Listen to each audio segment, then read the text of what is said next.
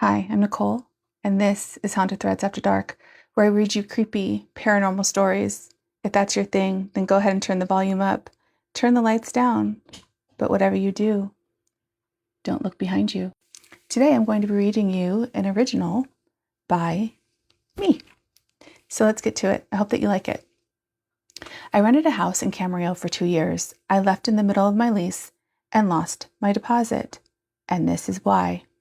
I put the camera up because of packages. That's the whole reason. Somebody took a pair of boots off my porch in January. So I bought one of those battery-powered cameras that sticks onto a magnetic mount. You pop it off the wall to charge it, and you stick it back on.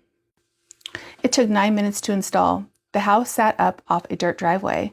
There were 3 wooden steps leading to the porch, and the porch was maybe 6 feet across with a railing because it sat a good 5 feet off the ground.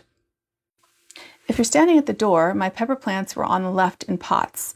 On the right, the deck went down 2 steps and continued along the side of the house toward the paved driveway where I parked. The front door opened straight into the living room. No entry, no hallway, just the door and then the room, with the dining room past that. The hallway was behind the couch. It led to the laundry room, the bathroom, and at the end, a little room we used for watching TV. The camera sent me alerts constantly at first. Cats, wind, the mailman. I turned the sensitivity down, and when that didn't fix it, I shut the notifications off completely. It still recorded, I just stopped being told about it, and I never went back and watched any of the footage, because who does? In June, I was waiting for something in the mail that I actually cared about, so I turned the alerts back on.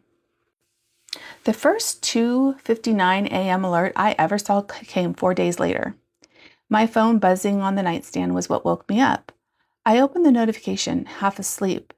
There was a woman standing at my door. Her back was facing the camera. Gray hoodie, hood down, dark hair to her shoulders. She was standing closer to the door than you normally would stand if you're going to knock. After about 40 seconds, she walked off the left side of the frame. That was the side the deck was on, leading toward the paved driveway. Then the clip ended. I called the non-emergency police line in the morning, and a deputy came out and walked the driveway with me. The dirt held everything. You could see where I had walked. You could see where the mailman had walked. And the deputy found footsteps that didn't belong to either of us coming up the driveway towards the steps. He couldn't find any going back. He said the wind moves dirt around there, which it does. The next night, another alert came through at 2:59 a.m., almost the exact same clip. The night after that, the same thing. And then the night after that. On the 6th night, I stayed awake on purpose. I sat on the couch with the lamp turned off and the front window cracked open. My phone was face down on my knee while I watched the porch with my own eyes. The crickets outside were constant. It's the kind of sound you stop noticing after a while. But at 2:58, they stopped. All of them. At once. It sounded like something was moving through the grass.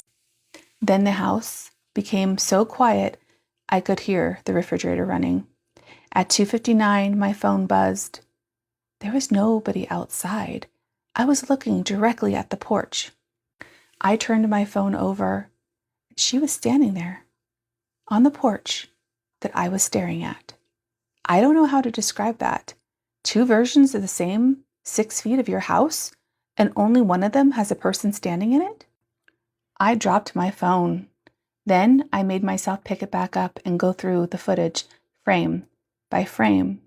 That's when she turned around. She had never turned around before. It was my face. And I wish I had more than that for you, but that's all I've got. My face, my hair. But something about it hadn't been set right. Like it had been put on by someone who had only ever seen me from a distance. And she looked directly in the camera for about 3 seconds. She didn't smile.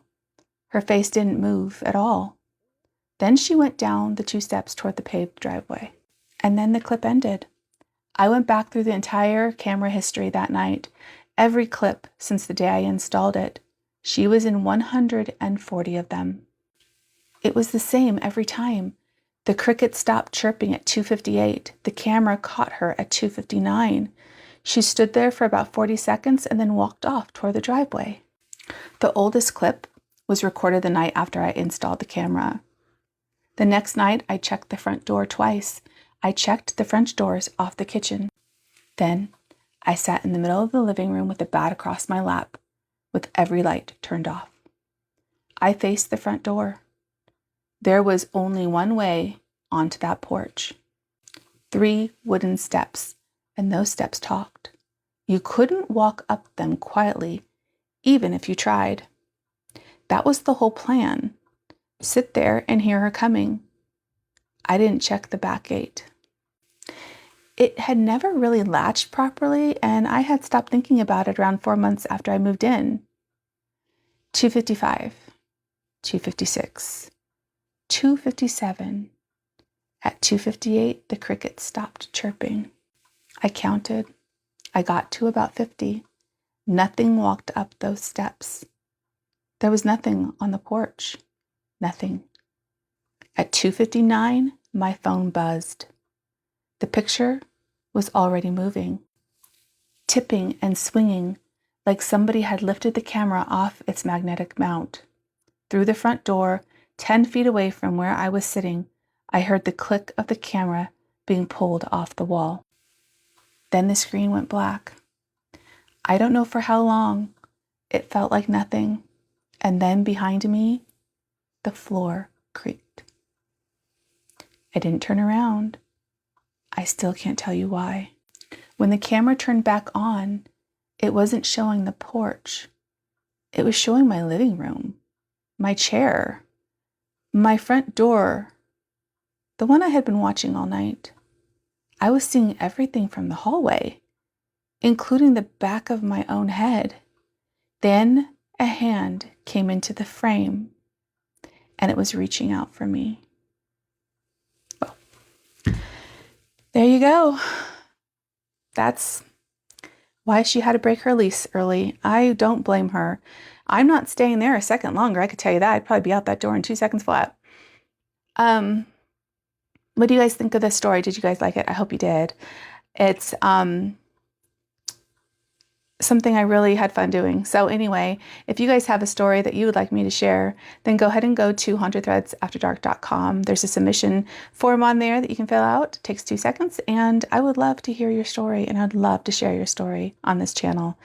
If you want more scary stories from me, then go ahead and follow me here on Haunted Threads After Dark. Also, leave me a comment. I love talking to you guys in the comment section.